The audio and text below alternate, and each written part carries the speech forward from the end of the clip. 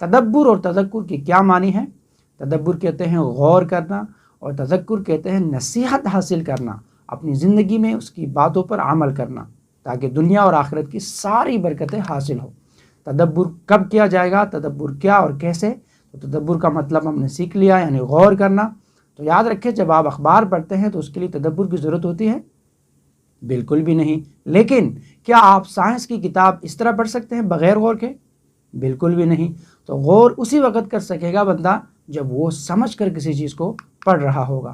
تو یاد رکھیں، بہت زیادہ افسوسناک لمحہ ہے کہ دنیا کی کسی بھی کتاب کو ہم بغیر سمجھے نہیں پڑھتے، بغیر غور کیے نہیں پڑھتے۔ دنیا کا کوئی بھی بندہ جب کتاب کو پڑھتا ہے تو اس کا بنیادی مقصد یہ ہوتا ہے کہ میں اس کو سمجھوں۔ تو ہم قرآن عظیم الشان کو پڑھتے تو ہے لیکن اس کو سمجھتے نہیں ہیں، غور نہیں کرتے، بغیر سمجھے اس کو پڑھتے ہیں۔ تو قرآن کریم کو ہم کس طرح اپنی زندگی میں لائیں گے؟ اس کے لیے پہلے قرآن سے ہمارے تعلق کو مضبوط ہونا چاہیے۔ تو چلے آج ہم قرآن سے اپنا تعلق سمجھ لیتے ہیں۔ قرآن سے ہمارا تعلق 4 بنیادوں پر ہے۔ پہلی بنیاد یعنی براہ راست ڈائریکٹ ہمارے قرآن سے ہمارا رابطہ ہے، شخصی، پرسنل، اور تیسرا ہے طے شدہ یعنی پلانڈ، اور چوتھا ہے متعلق یعنی ریلیونٹ۔ تو ہم ایک ایک کو تفصیلاً دیکھتے ہیں۔ براہ راست یعنی ڈائریکٹ سے کیا مراد ہے؟ قرآن اللہ کا کلام ہے، یہ کوئی بے جان کتاب نہیں ہے، یہ زندہ کتاب ہے، اس لیے کہ جب ہم اس کو پڑھتے ہیں تو اللہ تعالیٰ دیکھ رہا ہوتا ہے کہ میرا بندہ پڑھ کر کیا کرتا ہے اور پڑھ کیا رہا ہے۔ جب ہم اس کو امام سے سنتے ہیں تو اللہ تعالیٰ دیکھ رہا ہوتا ہے کہ میرا بندہ سن کر کیا ریئیکشن کرتا ہے، کیا رد عمل دیتا ہے۔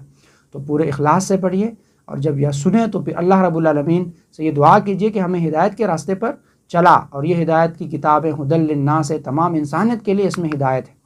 دوسری بات، قرآن سے ہمارا تعلق شخصی ہے، پرسنل ہے، یعنی جو آیات بھی ہم پڑھیں یا سنیں اس احساس کے ساتھ کہ یہ آیت میرے لیے ہے۔ اس طرح نہیں کہ فلاں آیت کافروں کے لیے ہے، فلاں مشرکوں کے لیے ہے، فلاں منافقوں کے لیے ہے، اور فلاں مدینہ کے مسلمانوں کے لیے خاص تھی، نہیں، یہ ہم سب کے لیے ہے۔ یہ دیکھنا ہے کہ اس میں میرے لیے کیا پیغام ہے اس آیات میں، تو اپنے لیے جو پیغام ہے وہ ہم نے دیکھنا ہے۔ تیسرا تعلق قرآن کریم سے ہمارا پلانڈ یعنی طے شدہ ہے۔ دنیا کی ہر چیز تقدیر کے تحت ہے، اور ہم کہتے ہیں کہ دانے دانے پہ لکھا ہے کھانے والے کا نام۔ تو آج کے بعد ہم کیا کہیں گے؟ آج کے بعد ہم کہیں گے کہ آیت آیت پہ لکھا ہے سننے والے کا نام یا پڑھنے والے کا نام۔ چوتھا تعلق ہمارا قرآن کریم سے ہے ریلیونٹ یعنی متعلق۔ اگر کسی بڑے آدمی کے پاس آپ تعلیم کے مشورے کے لیے جائیں تو کیا آپ سے پیاز کی قیمت کے بارے میں تو وہ نہیں پوچھے گا، یا آپ اس کو پیاز کے بارے میں تو کچھ نہیں بتائیں گے۔ آپ قرآن کریم ہدایت کے لیے پڑھتے ہیں، آپ کو معلوم ہے کہ قرآن ہدی للناس ہے، اور اگر آپ قرآن کریم سنتے ہیں تو بھی آپ کا یہی مقصد ہوتا ہے کہ مجھے ہدایت ملے۔ تو اللہ کی تذکیر یعنی یاد دہانی غیر متعلق کیسے ہو سکتی ہے؟ یعنی مجھے یہ سوچنا چاہیے کہ اے اللہ، آپ نے مجھے یہ آیت آج کیوں سنائی، آج اس موقع پر اس وقت پر یہ آیت کیوں سنائی؟ یہ غور کرنے کے لیے کہ یہ آیت مجھے کیوں سنائی، اس میں ضرور بضرور میرے لیے کوئی ہدایت ہوگی۔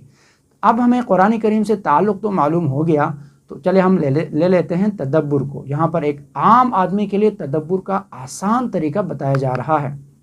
تدبر کرنے کے لیے سب سے پہلے ہم مطالعہ کریں گے، پھر تصور، اور اس کے بعد احساس۔ تو مطالعے سے کیا مراد ہے؟ قرآن کریم کی آیات کو سمجھ کر بار بار پڑھیے، ان آیات کی مختصر تشریح یا تفسیر کا غور و فکر کے ساتھ مطالعہ کیجیے۔ تصور سے کیا مراد ہے؟ جہاں ممکن ہو وہاں پر تصور کا استعمال کیجیے تاکہ آپ کو اچھی طرح غور و فکر کرنے کا موقع ملے۔ مثلا زمین و آسمان کا ذکر ہو تو ان کے پھیلاؤ کو تصور میں لائیں، رب العالمین کا ذکر ہو تو مختلف جہانوں اور ان میں بے شمار مخلوقات کا تصور کیجیے۔ احساس سے کیا مراد ہے؟ یعنی جہاں بھی نعمتوں کا ذکر ہو تو شکر کا احساس ہمارے دل میں ہونا چاہیے، جنت کا ذکر ہو تو شوق اور امید پیدا ہو جائے، جہنم کا ذکر ہو تو خوف اور ڈر ہو۔ جس طرح صحابہ کرام رضی اللہ تعالی عنہم اجمعین جب قرآن کریم کی تلاوت کرتے تھے، جہاں پر جنت کا ذکر آتا وہ خوش ہو جاتے اور یقین اور اطمینان اور امید کے ساتھ رہتے۔ جہاں پر جہنم کا ذکر ہوتا تو وہاں پر صحابہ روتے تھے، وہ ڈرتے تھے خوف کے مارے کہ الہ العالمین ہمیں جہنم کے آگ سے بچا۔ تو یاد رکھے گا، قرآن کریم کو اپنی زندگی میں لانے کے لیے یا کسی بھی آیات کو اپنی زندگی پر اپلائی کرنے کے لیے ہم نے ایک ماڈل سیکھا تھا۔ وہ ماڈل یہ تھا کہ ہم دعا کریں گے، پھر اپنا احتساب، اور پھر اگلے زندگی کے لیے پلان بنائیں گے، اور پھر اس کو آگے اس کی تشہیر اور تبلیغ کریں گے۔ تو تذکر کا ایک سادہ طریقہ یہ ہے کہ سب سے پہلے ہم دعا کریں گے۔ دعا یعنی ہر عمل کی ابتدا ہماری دعا سے ہونی چاہیے، اس کے بعد احتساب کرنا ہے کہ گزرے ہوئے دن یا ہفتے میں نے کیا کیا غلطیاں کی ہیں اور کون کون سے ایسے اعمال کی ہیں جو اللہ رب العالمین نے جس سے منع فرمایا ہے۔ اس کے بعد ہم نے اگلے دن یا اگلے ہفتے کے لیے نیا پلان بنانا ہے۔ اور دعا سے کیا مراد ہے؟ یعنی قرآن کی ہر آیت عمل کے لیے اتری ہیں اور ہر عمل کی ابتدا دعا سے ہوتی ہیں۔ مثال کے طور پہ ہم جب تذکر اور تدبر کی توفیق اللہ سے مانگیں گے ہر آیت میں، یا اللہ مجھے تذکر اور تدبر کی توفیق دیں۔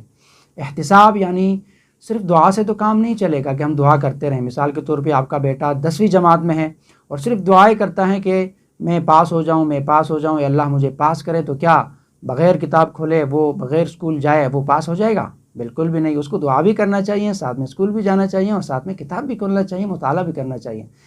اس کے ساتھ ہم احتساب یہ کریں گے کہ گزرے ہوئے دن یا گزرے ہوئے ہفتے میں نے اپنی دعا کے ساتھ ساتھ کتنا عمل کیا ہے۔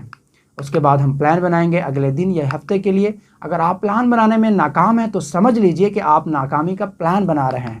مثال کے طور پہ اگر آپ کو بھوک لگی ہے تو کھانا کھانے کے لیے آپ پلان نہیں بنا رہے، کھانا کھانے کا انتظام نہیں کر رہے، تو اس کا یوں مطلب ہے کہ آپ بھوکے رہنے کا پلان بنا چکا ہے۔